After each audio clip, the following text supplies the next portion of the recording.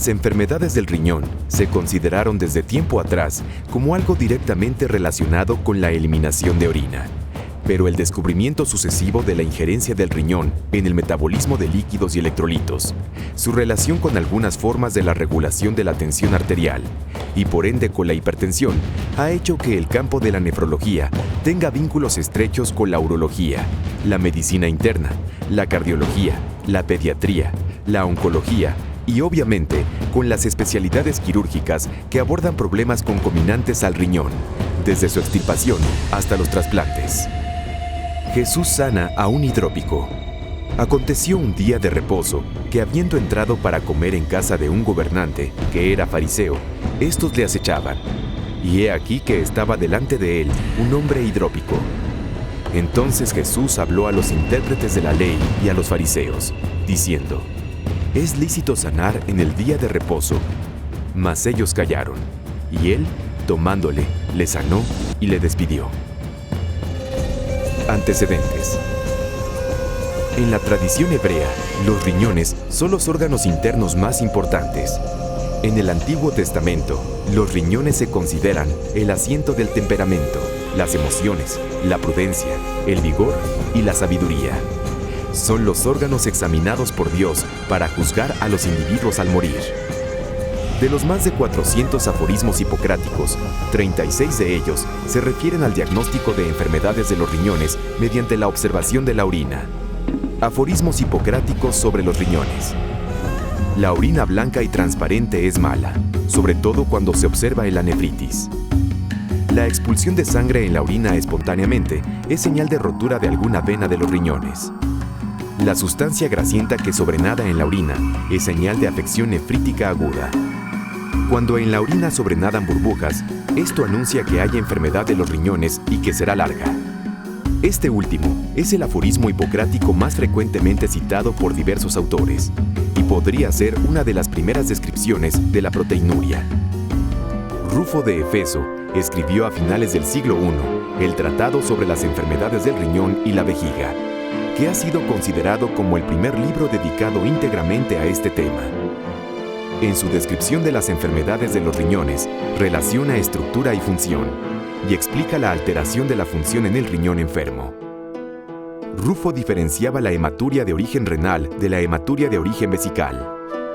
Inclusive en sus escritos menciona la posible relación entre la presencia de parásitos en la vejiga, identificados muy posteriormente como bilarcia, y la posible aparición de úlceras y de cáncer en ese órgano. Galeno realizó importantes avances en la anatomía y fisiología del riñón y la vejiga, aunque afirmaba que la sangre no fluía a través del riñón y que los residuos producidos en la segunda digestión eran atraídos a los riñones y se eliminaban por la orina. El término hidropesía apareció desde los textos hipocráticos y tenía varias acepciones, dependiendo de si era localizada o generalizada. Se hablaba, por ejemplo, de hidrope de la matriz y de otros órganos. Cuando abarcaba todo el cuerpo, se juzgaba grave, como una enfermedad avanzada que muy probablemente mataría al enfermo. El edema generalizado, que fue considerado durante siglos una enfermedad en sí, puede ser causado por padecimientos del corazón, el hígado o el riñón, y también por malnutrición. En el siglo XIII, Juan de Gadesen describió la hidropesía como una enfermedad acuosa que hincha el cuerpo, a la que llamó hidrópisis, y la trataba con espinacardo. Retomaba así lo que decían los textos de la antigüedad clásica sin entrar en mayores detalles ni complicaciones. Las enfermedades del riñón en la medicina mexica. La medicina se practicó en las culturas más antiguas de México. A partir de la cultura olmeca, 1500-600 a.C., se fue desarrollando una práctica médica cada vez más elaborada en la que las enfermedades asociadas con la retención de agua dentro del cuerpo cobraron una especial importancia. Tomando como referencia las muchas representaciones de enfermos de hidropesía en el arte precolombino, se puede inferir que eran bien conocidos y significativos entre los pobladores del México prehispánico los padecimientos en los cuales se retenían líquidos. Existe una figura de cerámica decorada que representa a un hombre con gomas, anasarca grave, asitis y edema del escroto, párpados y mejillas, probablemente debidos a un síndrome nefrótico secundario a sífilis. Una figura de Jaina del periodo postclásico maya, 900-1200 a.C., representa a un enfermo con ascitis, aunque es mucho más probable que se trate de un enfermo cirrótico. Se han encontrado muchas otras figuras representando hidropesía en todo Mesoamérica. La razón de esto es que esta condición se asociaba con Tlaloc y se pensaba que quienes la padecían eran seres señalados por el dios para ayudarle a aportar agua y generar vida y salud.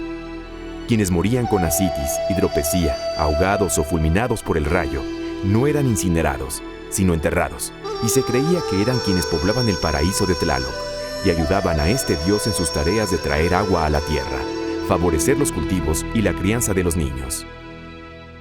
La Ticiotl, o medicina de los mexicas, alcanzó el más grande grado de desarrollo en Mesoamérica, como resultado de más de 3.000 años de tradición curativa. Sabemos de su desarrollo gracias a las compilaciones que hicieron, entre otros, Francisco Hernández, protomédico del rey Felipe II de España, Fray Bernardino de Sahagún y Fray Alonso de Molina sobre la medicina que empleaban los mexicas en los años que siguieron a la conquista. En los textos de Sahagún aparece un nombre en náhuatl para el cólico nefrítico, el dolor vesical, la hematuria, la piuria y la retención urinaria. También hay descritos diversos tratamientos para los cálculos biliares y urinarios. Con respecto a los padecimientos relacionados con el riñón, se sabe que los médicos mexicas usaban plantas y hierbas para el tratamiento de diversas enfermedades como el edema, la retención de la orina, la podagra, como se llamaba entonces a la gota, y la litiasis renal. Algunos de estos tratamientos están descritos en el Códice de la Cruz Badiano, que data de 1552, así como las plantas utilizadas bellamente dibujadas. Los médicos mexicas ponían a los pacientes con anasarca bajo la protección de Tlaloc, dios de la lluvia.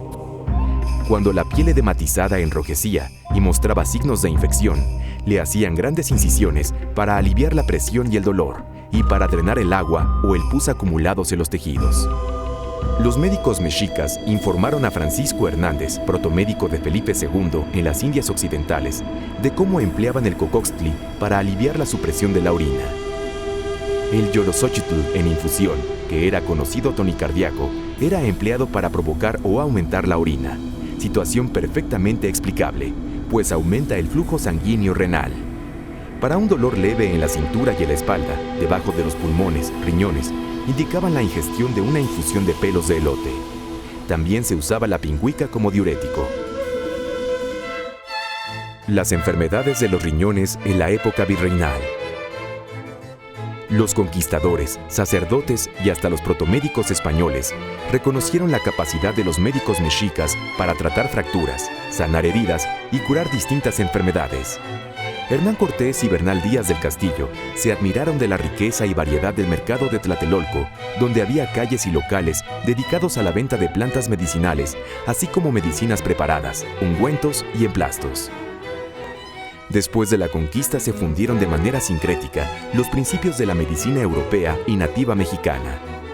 En el Códice de la Cruz Badiano, primer ejemplo de medicina mestiza, se describe un cuadro que sugiere uremia en pacientes con fiebre, señalándose como síntoma de mal pronóstico el que la orina está blanca. El doctor Francisco Hernández, quien fuera médico del rey Felipe II, fue designado por el soberano protomédico de todas las Indias Occidentales, islas y tierra firme del mar Océano en 1570. Durante el periodo que vivió en México de 1571 a 1577, se dedicó a conocer y recolectar hasta 2.731 plantas medicinales que quedaron descritas en los 24 capítulos de su Historia Natural de la Nueva España. Hernández relata en esta obra la súbita y maravillosa curación de la grave supresión de la orina que padecía Fray Bernardo de Fresnada en las Cortes de Madrid al aplicarle a su médico un remedio que cierto médico indio guardaba en secreto. Las enfermedades renales en el siglo XIX mexicano. A partir de la descripción del cuadro clínico y la correlación anátomo-clínica de la nefroesclerosis hecha por Richard Bright en 1827, se pudo hablar ya propiamente de hidropesía renal, en contraposición con las originadas por falla cardíaca o hepática. En 1836, Pablo Martínez del Río llamaba la atención acerca de la enfermedad de Bright, dato que permite inferir la buena comunicación con Europa y la recepción temprana en México de los más recientes descubrimientos. En 1856, José Barragán habla en la Academia de Medicina de la presencia de albuminuria consecutiva a un cáncer del útero que obstruía ambos ureteros, dando cuenta de la repercusión de la obstrucción de estos sobre el funcionamiento renal. En 1868, Luis Hidalgo y Carpio la relacionaba con la presencia de arenillas en los riñones y Sebastián Labastida señalaba su mal pronóstico cuando era persistente o la había en cantidades importantes, más de 1 gramo por litro. Por este tiempo, Daniel Vélez describió las posibilidades de la exploración renal a través de la fosa lumbar. José Guillermo Schaffner, en 1875, describía la incisión y la escisión del riñón. A principios del siglo XX, Manuel Godoy Álvarez introdujo un buen número de técnicas quirúrgicas relacionadas con el manejo del riñón.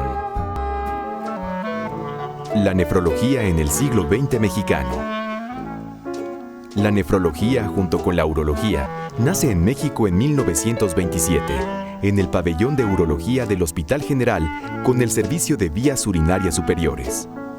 En 1928, Villanueva publicó un estudio de 20 casos de hidronefrosis realizados mediante el empleo combinado de endoscopías y de radiología. Hacia 1930, se popularizó la urografía por excreción. Los doctores Gustavo Argil, Alberto Guevara Rojas y Agustín Gendrón Posadas se enfocaron en los estudios funcionales del riñón. Guevara Rojas introdujo en México el método de depuración de creatinina para estudiar la filtración glomerular, y en los 80 estudió la regulación del metabolismo del agua y el control de los volúmenes de los líquidos corporales. En 1928, Luis Rivero Borel, en el Hospital Militar, logra determinar el funcionamiento por separado en cada riñón, señalando que un problema renal no es siempre bilateral, tanto para la función como para las lesiones.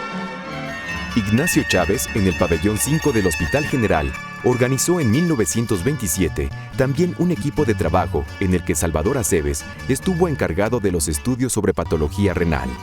A él se debe un texto, Exploración funcional de los riñones y clasificación de las nefropatías, publicado en 1935 y utilizado hasta mediados de los años 40 en la Escuela Nacional de Medicina para estudiar la patología renal. Gustavo Argil hizo aportaciones muy importantes a diversos campos de la medicina. Realizó investigación académica, en particular sobre la fisiología renal y la etiología de los padecimientos renales y también acerca de su clínica. Redactó la sección de nefrología en el tomo 5 del Tratado Iberoamericano de Medicina Interna. En 1933 publicó la primera de 4 ediciones de su patología renal. En 1935 establece por primera vez el concepto de nefropatía palúdica, en la que el plasmodio juega el papel de antígeno, provocando que los complejos Ag-Ac se depositen en el parénquima renal y den lugar a nefritis aguda y a formas nefróticas crónicas. En 1942, el cardiólogo Jorge Meneses de Hoyos, en el Hospital Militar, resalta la importancia del funcionamiento renal para la patología cardíaca y divide a las enfermedades del riñón en nefritis agudas y crónicas, siendo estas de carácter esencialmente inflamatorio, y nefrosis que corresponden a alteraciones degenerativas.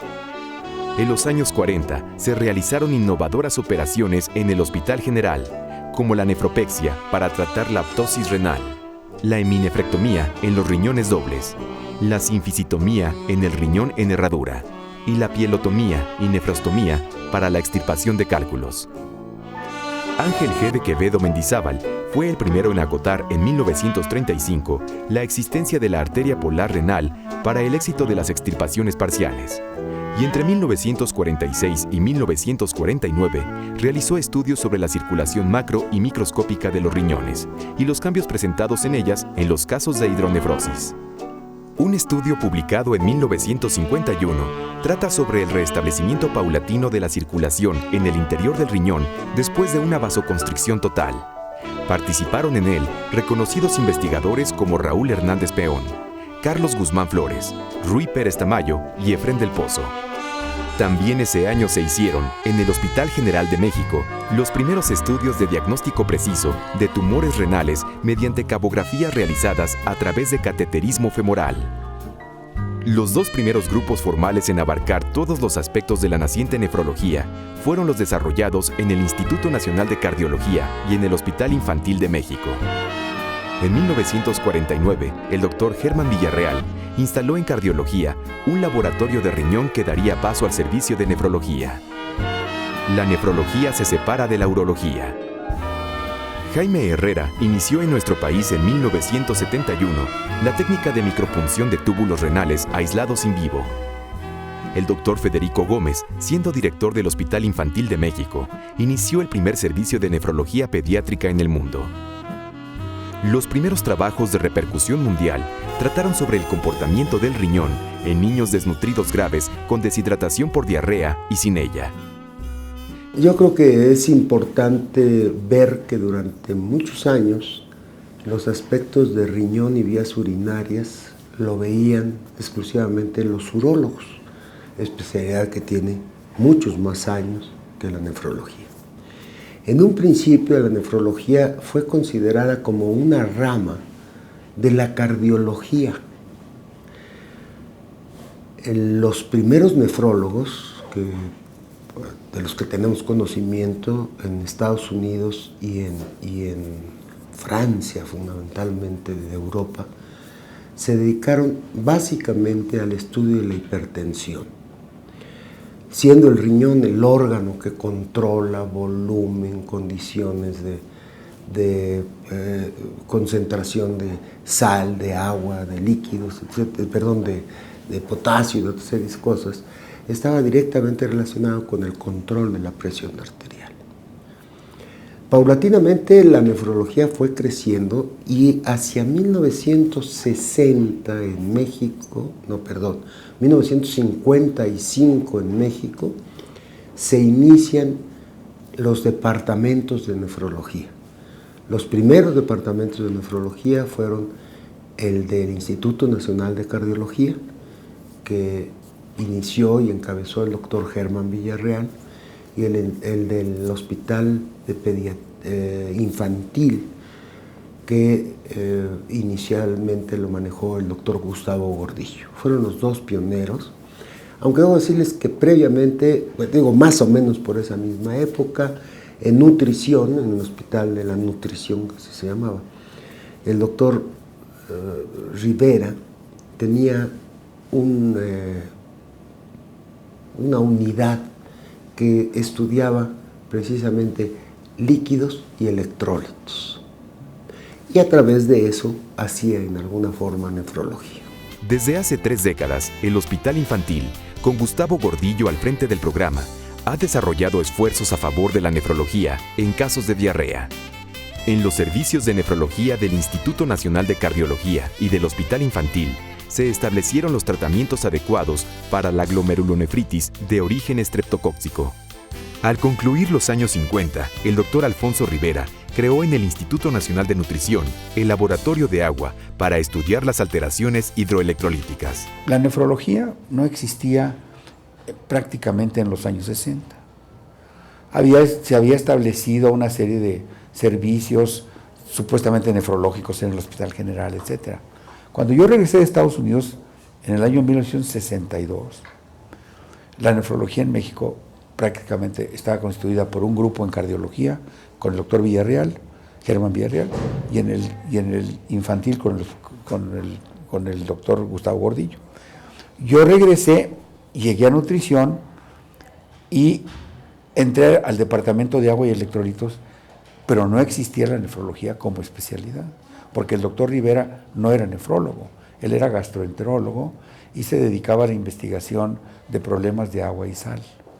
Entonces yo inicié mi trabajo con él trabajando en metabolismos de agua y sal y determinamos una serie de cosas en los enfermos cirróticos. Bueno, por esos años, en 1964, se constituyó la Sociedad Mexicana de Nefrología. Entonces establecimos la Sociedad Mexicana de Nefrología, los nefrólogos que existíamos en esa época. Y entonces, de ese grupo de nefrólogos iniciales, empezamos a hacer las primeras reuniones, que era la idea de presentar lo que nosotros hacíamos de investigación, que era todavía una investigación incipiente en el campo de la nefrología. Bueno, la nefrología clínica tiene un gran problema, que para que un paciente se dé cuenta de que está enfermo del riñón, tiene que tener una elevación de la creatinina en sangre alrededor de 2 miligramos. Pero para cuando ya tiene esa elevación ya es demasiado tarde, porque ya se perdió el 75% de la función renal y ya no es recuperable. Entonces a nosotros nos interesa mucho todo lo que es prevención, porque lamentablemente existe, llamémosle, una epidemia de diabetes, de insuficiencia renal crónica, debido a la hipertensión arterial y a la diabetes. A fines de los 50, la diálisis peritoneal permitió tratar la insuficiencia renal en el Instituto Nacional de Cardiología gracias a la llegada de un equipo de Kolb. Nosotros desarrollamos 3 programas muy importantes. Uno, de diálisis peritoneal, para el manejo de nuestros enfermos renales. Otro, de hemodiálisis.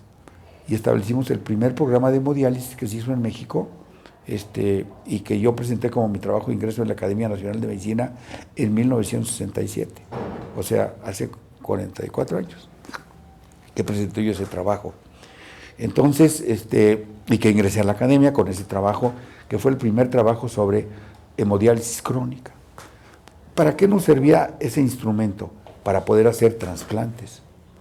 Entonces, iniciamos también un programa de trasplantes que se inició por esos años, un tanto cuanto incipiente, y que esperó a crecer hasta que nos cambiamos del Hospital Viejo de Enfermedades de la Nutrición al nuevo hospital en Tlalpan. Ahí teníamos muchas más facilidades, y entonces a partir de 1970 se inició nuestro programa de trasplante. Los servicios de nefrología proliferaron en las principales instituciones de atención médica del país. En el IMSS fueron establecidos sendos servicios en el Centro Médico Nacional y luego en el Hospital de la Raza y los centros médicos de Guadalajara y Monterrey. Este es un punto extraordinariamente importante. Déjeme decirle un mea culpa. Los que tuvimos a cargo la enseñanza de la nefrología por muchos años, nos veíamos asediados por una ola de pacientes con insuficiencia renal que llegaban a nuestros servicios. Y muchos de estos servicios, la gran mayoría de estos servicios, lejos de dedicarse al estudio de la patología del riñón en sí, de la enfermedad renal en sí, se dedicaban a cachar pacientes con insuficiencia renal crónica. Y paulatinamente fueron abriéndose enormes cantidades de departamentos de diálisis peritoneal, hemodiálisis de cualquier tipo. Y en el momento actual existen 150,000 pacientes, que es una cifra verdaderamente bárbara, en México con insuficiencia renal. Los nefrólogos, lejos de estar estudiando el riñón, siguen dedicándose únicamente a capotear el maremoto. Ya me dijeron que no se dice tsunami, sino maremoto en español, que es la insuficiencia renal crónica. Primeros trasplantes de riñón en México. El primer trasplante que se hizo en México se hizo en el Centro Médico Nacional. El segundo trasplante se hizo en nutrición en 1968. Los que hicieron el primer trasplante fue el doctor Manuel Campuzano, exdirector del instituto y un gran cirujano, maestro de todos nosotros. El doctor Sergio Cárdenas, que también fue un cirujano muy singular. Y el doctor José Carlos Peña, que es nefrólogo. Él fue entrenado en Boston y de los primeros riñones artificiales, y él vino a México y puso también un riñón artificial en nutrición. Entonces, este equipo humano hizo el primer trasplante con éxito. De hecho, este paciente estuvo por más de 12 años vivo. Yo tuve la fortuna de conocerlo a él, un paciente muy interesante. Y posteriormente, los trasplantes bajaron un poco de intensidad, y no fue sino hasta 1971 en donde Federico Chávez Peón, también egresado del instituto, se fue a entrenar a Boston en trasplantes. Y él es el que realmente inicia lo que es el departamento de trasplantes